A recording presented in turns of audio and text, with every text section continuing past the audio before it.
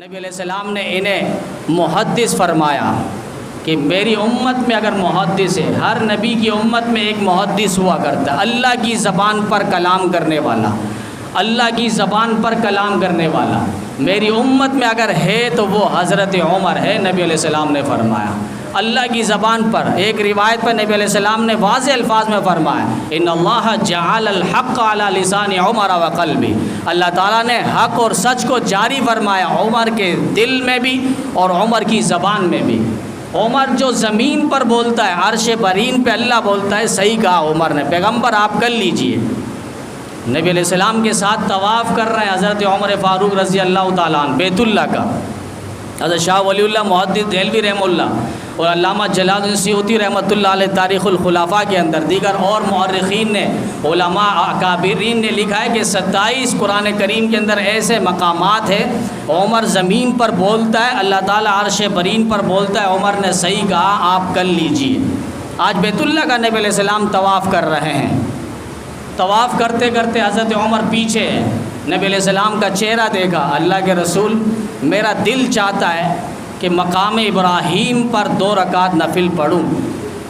نبی علیہ السلام خاموش ہے کیونکہ یہ شخص بولتا ہے، اللہ تعالیٰ مراد بنا کر پیش کر دیتا ہے، اللہ تعالیٰ وہی کلام کر دیتا ہے، ہو بہو وہی آیت کئی مرتبہ قرآن کریم کے اندر اتری ہے۔ نبی علیہ السلام خاموش رہے، حکم الہی وحی الہی کا انتظار کرنے لگے۔ فوراً جبریل آ گئے، اللہ کے رسول انتظار کی چیز کا۔ وَاتَّخِذُوا مِن مَّقَامِ إِبْرَاهِيمَ مُصَلًّى، پہلے پارے میں فرمایا کہ عمر جو کہہ رہا ہے آپ کر لیجئے، مقام ابراہیم پر 2 رکعت نفل پڑھیے۔ یہ نفل تو ہے لیکن علماء کی زبان پہ یہ واجب الطواف ہے۔ جو بھی بیت اللہ کا طواف کرے گا، چاہے وہ حاجی ہو یا عمرہ کرنے والا ہو، اس کا حج اس وقت تک مکمل نہیں ہوگا، اس کا عمرہ اس وقت تک مکمل نہیں ہوگا، اس کا چکر اس وقت تک مکمل نہیں ہوگا جب وہ مقام ابراہیم پر 2 رکعت بنیت واجب نفل نماز نہ پڑھے۔ وَاتَّخِذُوا مِن مَّقَامِ إِبْرَاهِيمَ مُصَلًّى، عمر جو کہہ رہا ہے آپ مان لیجئے۔ بدر کے قیدی آئے، نبی علیہ السلام صحابہ سے مشورہ کرنے لگے، یہ 70 بڑے بڑے سرغنے آئے کفار کے سردار، کیا رائے ہے تمہاری؟ کسی نے کہا ان کو لے لیں، اگر ان میں کوئی پڑھا لکھا ہے ہمارے بچوں کو بھی پڑھائیں۔ کسی نے کہا نہیں ان کو گرفتار کر کے رکھیں، نہیں چھوڑنا ہے۔ کسی نے کہا نہیں فدیہ لے لیتے، پیسے لے لیتے اور چھوڑ دیتے۔ حضرت عمر سے پوچھا گیا عمر تمہاری کیا رائے ہے؟ حضرت عمر نے فرمایا میری رائے ایسے شاید کوئی مان لے۔ کہا کیا رائے ہے؟ کہ رائے میری یہ ہے، میرا سگا اگر چچا ہے، ماموں ہے، میرا سگا خاندان کا رشتہ دار کوئی فرد ہے، میرے حوالے کرو۔ ابو بکر کے رشتہ دار ہیں ان کے حوالے کرو، عثمان کا ہے ان کے حوالے کرو، علی کا ہے تو ان کے حوالے، اپنے ہاتھ سے سگا ماموں ہو میں قتل کر دوں گا۔ کہا میرا ماموں سگا آیا ہوا ہے، عاص بن وائل آیا ہوا ہے، میری رائے ہے کہ جس کا رشتہ دار ہے اور اس کے ہاتھ پہ اس کو دیا جائے اور اس کا سر قلم کر دیا جائے۔ اس کی ہمت کیسے ہے، اس کی جرت کیسے ہے، وہ نبی علیہ السلام کے مقابلے میں آئے، نبی علیہ السلام کے مقابلے میں تلوار اٹھائے، اس کی سوچ کیسے ہے، اسی سوچ کو ہم مفلوج کر دیں گے، ایسے جسم کو ہم اڑا دیں گے جو آقا مدنی کریم صلی اللہ علیہ وسلم کے مقابلے میں آئے گا۔ یہ عمر کی جرت ہے۔ نبی نے فرمایا عمر تو جس راستے سے جاتا شیطان وہ راستہ چھوڑ دیتا ہے۔ کاش وہ عمر والا آج کوئی ہوتا، اسمبلی کے اندر بیٹھ کر ایسے جج بیٹھے ہوئے ہیں، پتہ نہیں یہ حلف کس نام پر اٹھاتے۔ لاہور کا ایک جج آیا خسرا، اور وہ آ کر نبی علیہ السلام کے قانون کو ٹھیس پہنچانے کی کوشش کر رہا ہے، قادیانیوں کو مسلمان کہہ رہا ہے، قادیانیوں کو۔ غیر اقلیتی اگر کوئی ہے تو ہم کوئی منع نہیں کرتے، ہم کہتے ہیں ہندوؤں کو بھی حق دو، عیسائیوں کو بھی حق دو، یہودیوں کو بھی حق دو، ہم نے تو نہیں منع کیا، لیکن جو ہمارے نبی کے مخالفت پر اتر آئے گا ہم کبھی صورت میں برداشت نہیں کریں گے۔ بھائی ایک وزیر اعظم ہے نا ملک کے اندر، اگر ہم سارے کھڑے ہو جائیں ہم نہیں مانتے اس وزیر اعظم کو، اس کو ہٹایا جائے، ہم نہیں مانتے ہمارا وزیر اعظم یہ ہے، ہم اس طرح بغاوت پر اتر آئے تو قانون حرکت پہ آئے گی نا۔ قانون تو کہے گا بھئی یہ کیا مسئلہ ہے، تم بغاوت پر کیوں اتر آئے ہو، پھر ہمارا ہتھ کنڈا استعمال ہوگا۔ ہمارا نبی آخری نبی بن کر آئے، ہمارے نبی کے بعد کوئی نیا نبی پیدا نہیں ہوگا۔ عیسیٰ علیہ السلام آئیں گے، نیا نہیں ہے اور پیدا نہیں ہوں گے، وہ آئیں گے قرب قیامت کی نشانی، وہ ہمارے نبی سے پہلے تھے، قرب قیامت کی نشانی بن کر، اور دجال سے مقابلہ ہوگا۔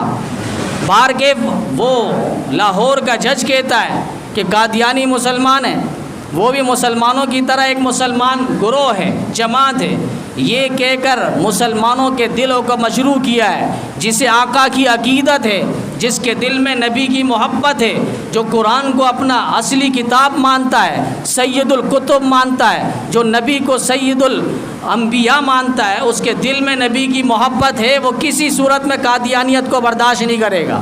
لاکھوں کروڑوں مسلمانوں کے دلوں کو مجروح کر رہا ہے۔ حلف کس نام پر ہے؟ حلف تو یہی ہوتا ہے، میں اللہ کو وحدہ لا شریک مانتا ہوں، پیارے آقا مدنی کریم صلی اللہ علیہ وسلم کو میں خاتم النبیین، آخری نبی مانتا ہوں۔ یہ حلف ہوتا ہے جب ان کو وزیروں کو لایا جاتا ہے، ججوں کو لایا جاتا ہے، ان کے افسروں کو لایا جاتا ہے، یہ حلف ہوتا ہے۔ ہم بھی شناختی کارڈ بنانے جاتے تو نیچے حلف نامہ لکھا ہوتا ہے مختصر، کہ ہم نبی کو آخری نبی مانتے ہیں، اور آپ کے بعد کوئی نبی دعویٰ نبوت کرے گا وہ دائرہ اسلام سے خارج ہے، چاہے وہ لاہوری ہو، مرزائی ہو، قادیانی ہو، کوئی بھی ہو، باقاعدہ یہ عنوان لکھا ہوتا ہے۔ لیکن وہ مسلمان کیسے کہہ رہا ہے؟ اگر وہ مسلمان ہے تو پھر ہم مسلمان نہیں۔ ایسے ناانچار قسم کے لوگ آئیں جو قانون ختم نبوت میں ترمیم کرنے کی کوشش کر رہے ہیں، لنگ دڑنگ فقیر، اپنے آباء و اجداد کا پتہ نہیں ہے تمہارے اندر کتنا دین موجود ہے۔ ایک اسمبلی میں کھڑا ہوا کچھ دن پہلے اور کہا کہ آج کا دن 18 ذی الحج کا دن جو ہے بڑا محترم اور عقیدت والا دن ہے کہ عید غدیر۔ عید غدیر کون سے عید غدیر؟ اس کی تاریخ معلوم ہے؟ پس منظر، پیش منظر معلوم ہے؟ عید غدیر کہتے کس کو ہے؟ بس وہ اہل تشیع کی خوش کرنے کے لیے، ان کے مذہبی تہوار کو روٹوں میں لانے کے لیے، فرقہ واریت کو ہوا دینے کے لیے اس طرح اسمبلی کے اندر باقاعدہ باتیں ہو رہی ہیں۔ کبھی تم نے نمازوں سے متعلق بات نہیں کی، زکوٰۃ سے متعلق بات نہیں کی، سود کے خاتمے پر بات نہیں کی، اللہ کی ناراضگی ہو رہی ہے ان اعمال اور افعال سے بچنے کی بات نہیں کی، نبی علیہ السلام کو ناراض کیا جا رہا ہے ان سے بچنے کی بات نہیں کی، عوام رول رہے ہیں 45-75 سالوں سے، ان پر آپ نے کبھی داد رسی نہیں کی، اور عید غدیر بنا رہے ہیں۔ اس سے ہوگا کیا؟ تمہیں معلوم کیا ہے عید غدیر کی تاریخ کیا ہے اور اس سے بتلانا کیا چاہ رہے ہو؟ مختصر یہی ہے کہ آخری حجۃ الوداع کے موقع پہ نبی علیہ السلام حج جیسا فریضہ ادا کر کے نبی علیہ السلام چل پڑے، ایک راستہ طے فرما لیا۔ قصہ مختصر، کچھ بات نبی علیہ السلام کو سننے میں ملی کہ حضرت علی المرتضیٰ شیر خدا رضی اللہ تعالیٰ عنہ کے ساتھ کسی کی ناراضگی ہو گئی، دوست میں بات میں کچھ باتیں ہو جاتی، نامناسب باتیں ہو جاتی ہیں، دوست کیا بھائی میں تکرار ہو جاتا ہے۔ تو حضرت نبی علیہ السلام کھڑے ہو گئے خم کے مقام پہ، اور نبی علیہ السلام نے اس وقت حضرت علی رضی اللہ تعالیٰ عنہ کا ہاتھ پکڑ کے فرمایا من کنت مولا ہوں فعلی مولا ہوں، جس کا میں مولا ہوں اس کا علی مولا ہے۔ اب مولا کی یہ معنی نہیں کہ جس کو میں خلیفہ بنا رہا ہوں، بعض نے اس سے خلافت بھی لے لی ہے۔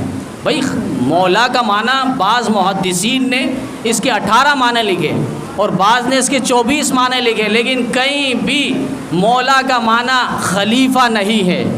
مولا کا معنی بڑا بنا رہا ہوں، خلیفہ وقت جانشین بنا رہا ہوں، ایسا کہیں بھی نہیں ہے۔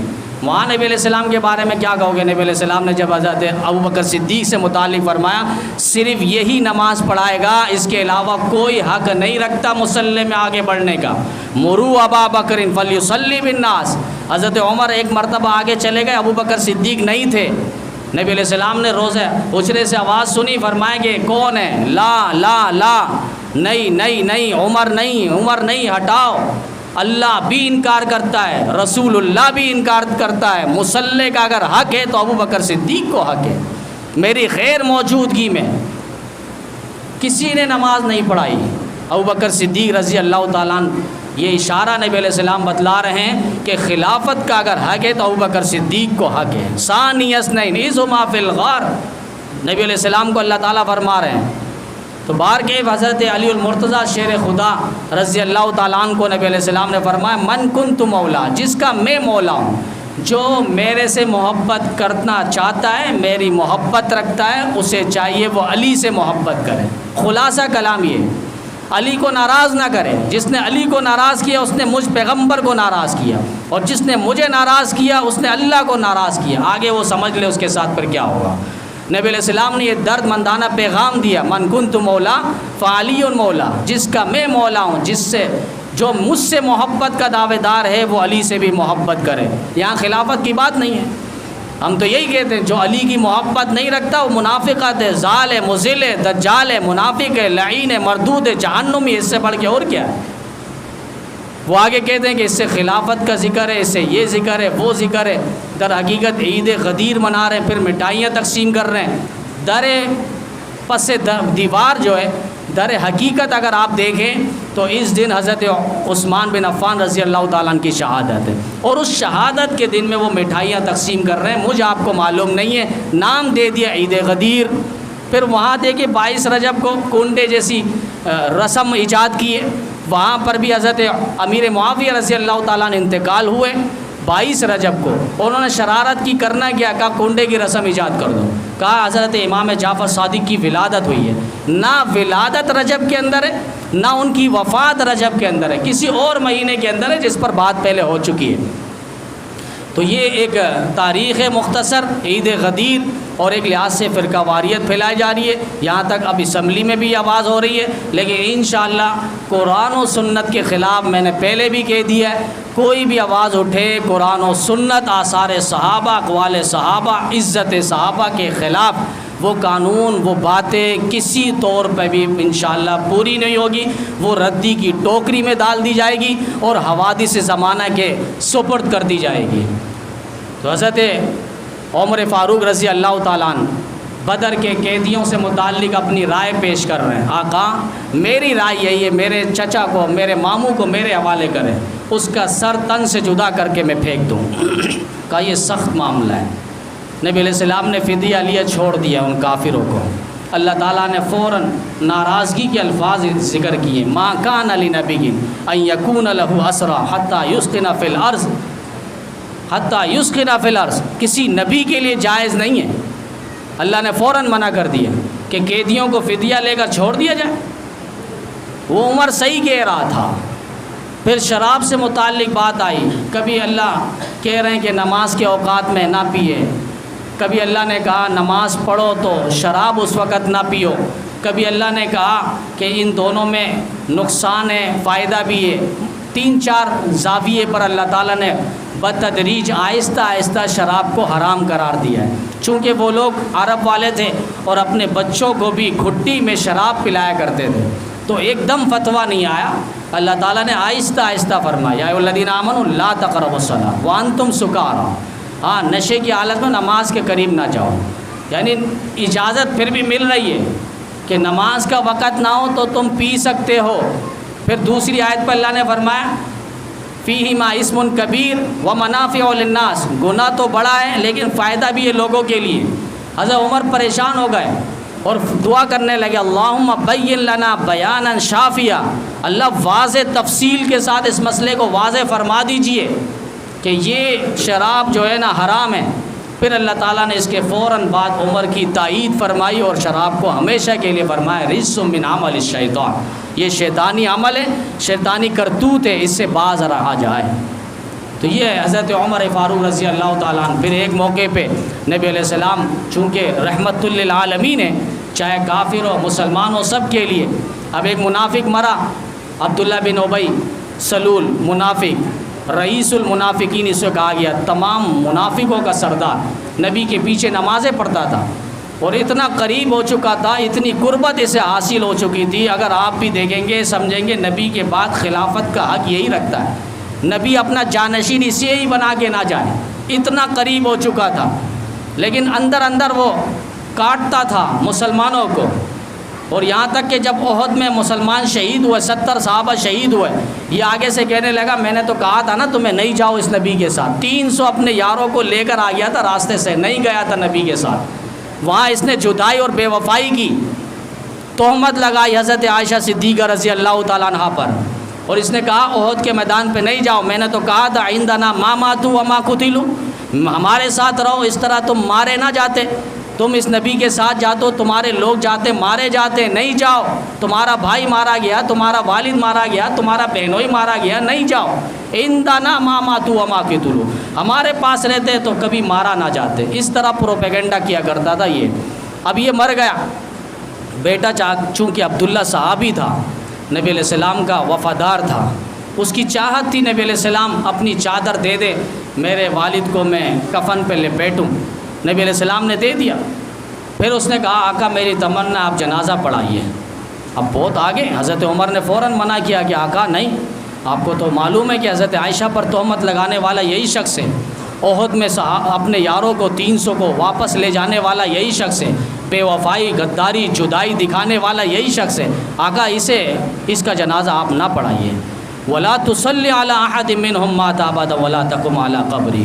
نبی علیہ السلام چونکہ چلے گئے، عمر روک رہا ہے، عمر کوئی مسئلہ نہیں، دیکھ لیتے، گئے جنازہ پڑھایا، نبی علیہ السلام آ گئے، فوراً اللہ کا حکم آیا ولا تصلی علی احد، قرآن کی آیت ہے، حدیث نہیں ہے، قرآن قطعی ہے، نص قطعی ہے، انکار زبر زیر کا کافر ہو جائے گا۔ اللہ فرما رہے ولا تصلی علی احد منهم مات ابدا ولا تقم علی قبری، پیغمبر ان منافقوں کا جنازہ نہیں پڑھانا، نہ ان کی قبر میں کھڑا ہونا۔ جنازہ تو سمجھ میں آتا ہے، ان کی قبر میں کھڑا نہ ہونا۔